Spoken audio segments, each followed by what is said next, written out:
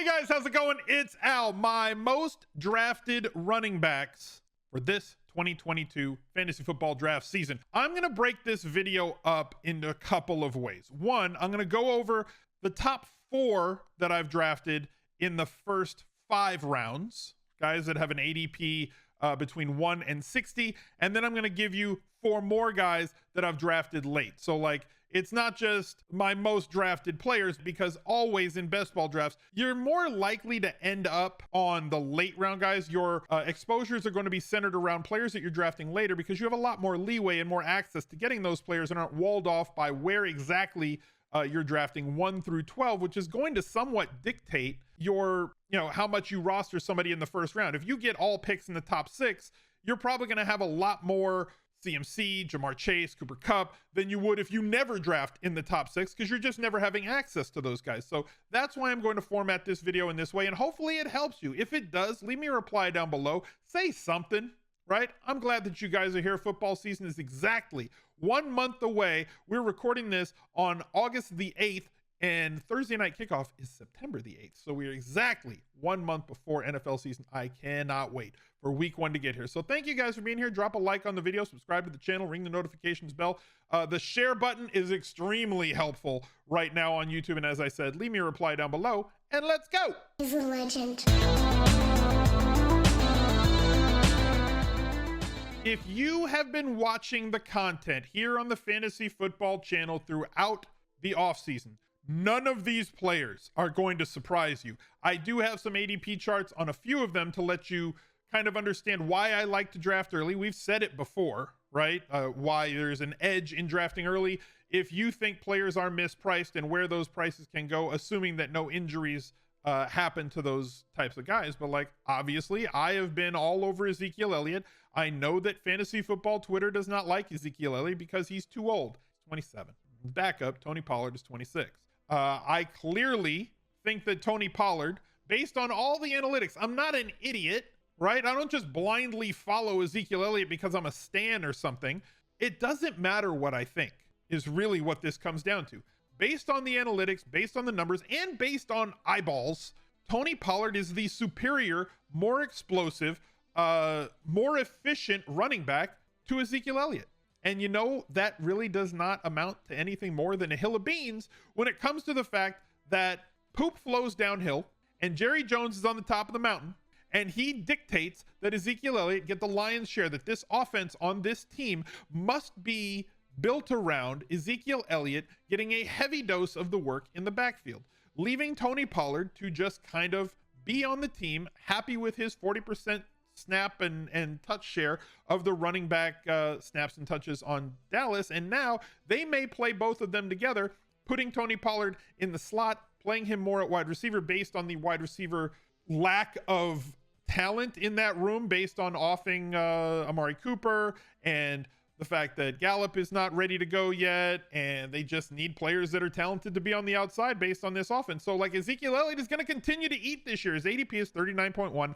I have 27% of my best ball lineups. I've drafted over 100 teams between DraftKings and Underdog Fantasy, and I have 27.1% Ezekiel Elliott. I think that the price is more than fair, and it has not moved because people are unwilling to waver on the fact that, look, Ezekiel Elliott still has 10 touchdown upside, and you're getting him in the 4th round. And there are very few running backs in that price range. He is going behind guys like Travis Etienne, who's going like 34th right now in the 3rd round, who does not have 10 plus touchdown upside based on his situation and the team that he's on, albeit he does have more usage in the passing game. Ezekiel Elliott, in my opinion, will out-touch guys like Travis Etienne, and has a much higher realistic touchdown ceiling range, right? Like the 70th to 100% range for Ezekiel Elliott. He's still way too cheap. He is my highest drafted running back in the top 5 rounds. My second highest drafted running back in the top 5 rounds is SAQUON Barkley. And taking a quick look at his underdog ADP chart from May the 2nd through like today, we were drafting him down here. The majority of my SAQUON Barkley shares were at pick 20 and below. He is skyrocketed and continues to skyrocket. You see the last few days, here on RotoViz, where his ADP now is 15.8 and continues to climb. My average ADP on him is like 24. So I have a value in my 20.8% of Saquon Barkley shares that I have, an easy click at the end of the second round, previously at the beginning of the third round. I like this Giants offense to kind of, be an arrow up offense in 2022 versus where it's been in 2020 and 2021. Much more talent in the coaching staff, much more aggressiveness in the game planning, and Saquon Barkley is unchallenged in terms of the amount of snaps and touches that he's going to receive. All of the inside the 5 touches, the very valuable ones, tons of targets coming out of the backfield for him as per usual. And as long as he can avoid a freak injury, we'll be fine. Make sure that you go check out all the great products that they have over at Underdog Fantasy. The Best Ball Mania, the Puppy 3 is over half full, about 60% full. The Best Ball Mania 3 with 2 million up top, 1 million to second, 1 million to whoever finishes first at the end of the first 14 weeks of the regular season, and 10 million total dollars. There's just 6 other million in that prize pool. Places for you to get in where you fit in at all different price points. If you don't like best ball tournaments, go with the sit and goes and draft those leagues for your mock drafts. I would much prefer to draft a super cheap $1 or $3 mock draft as opposed to drafting a mock draft where I'm drafting against people who leave and I'm drafting against a list at the end of the second round, 11 other lists, as we just auto draft everybody by ADP or whatever that list says. You'll learn a lot more about yourself as a player drafting on Underdog. And if you use promo code Smizzle at checkout, you will get $100 up to $100 deposit match on your first deposit to the site. My next running back is Uncle Lenny, Fat Lenny, Old Lenny, Playoff Lenny. He's not that old, guys. And even at 240 pounds, that's where he weighed in at the combine when he had one of the best speed scores, which is your size and weight relative to your 40 time of all time. Again, no matter what you think of the player, we draft situations, and he plays on a team with a coach and a quarterback, especially the quarterback, who is going to get his way in playing the players that he trusts. And he trusts Leonard Fournette. Last year, played 15 games, got 93 targets. That is an obscene number of targets for a player that we were told for years had no ability to catch the football out of the backfield. High volume offense, tons of carries inside the 5, great usage in the passing game, a true 5-box running back on a team that not only will score a lot of points throughout the regular season, but has the highest implied point totals in the playoff weeks for best ball, weeks 15, 16, and 17. I have the same amount of Leonard Fournette that I have of Saquon Barkley, 20.8%. His ADP right now is 24.4, and I believe that he is still a buy. My final running back that I have in the top 5 rounds, the 4th overall for you guys, I have 16.7% of James Conner, currently with an ADP of 35. Same situation, guys. It's a running theme, right? I want high volume running backs, talented, high octane, fast paced offenses who are involved in the passing game and get the majority of the inside the 5 carries. He got a lot of that in the first half of last season, with the exception of being used in the passing game. But then when Chase Edmonds went out, all of a sudden the targets went through the roof. He went from getting 0 to 2 targets to getting between 4 and 9 targets in every single game. James Conner will continue to be a workhorse as long as his body can handle it.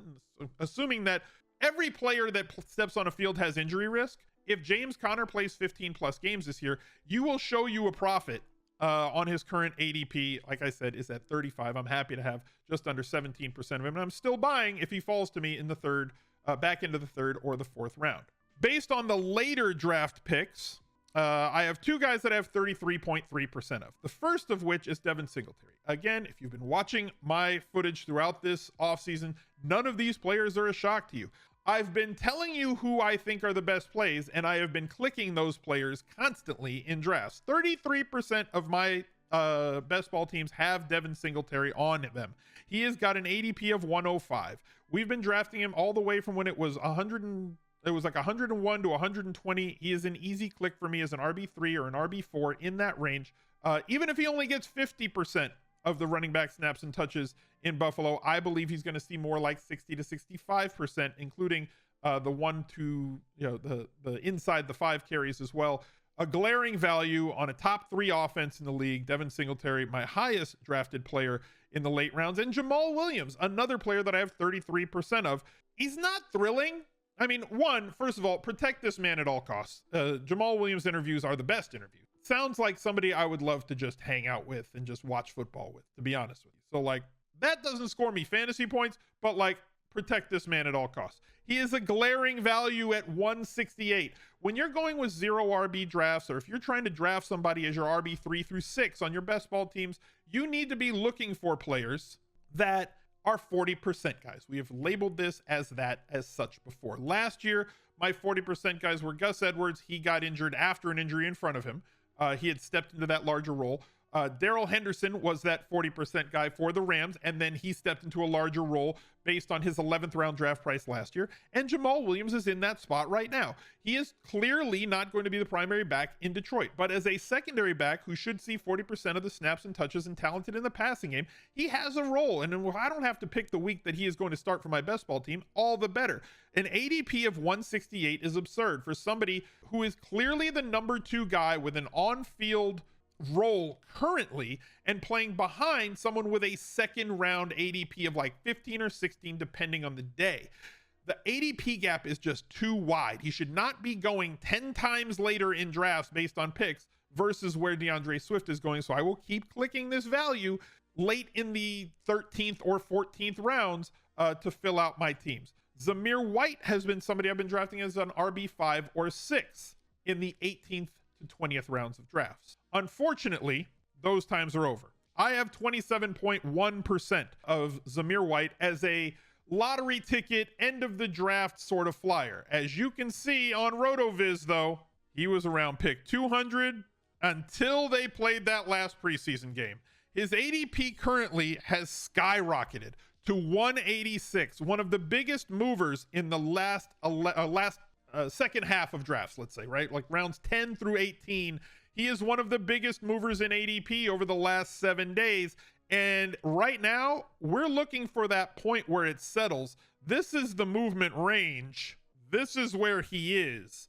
I don't know if we're going to get a great value on Zamir White anymore. I'm glad that my bags are packed with the amount that I have won, because I don't think I'm going to be able to get any more in round 17 or 18. We're going to have to find somebody else. That guy might be Isaiah Pacheco. But Zamir White is skyrocketing. I'm happy. This is the reason why we draft early. We draft early so that everybody that is not caught up to where you think they should be, once they catch up, you have those players at a significant bargain to where their price is. Ramondre Stevenson is my last player on the list. 16.7% of my rosters have Ramondre Stevenson, and I don't know if I can get any more. My bags are packed. Not sure that I can get any more, and I'm going to show you on the ADP chart why I cannot get any more Ramondre Stevenson. I spent all of May through like July 1st drafting Ramondre at pick 115 to pick 126. He was an easy click down in that range.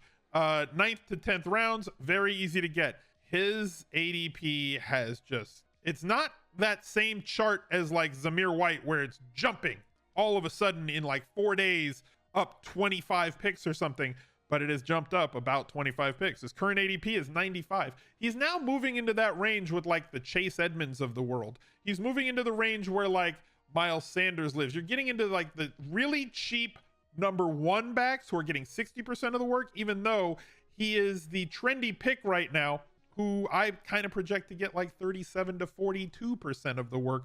The upside is here. Unfortunately, the Patriots do tend to use a cadre of running backs, 2-3 guys who never really snap over 40% unless there is an injury.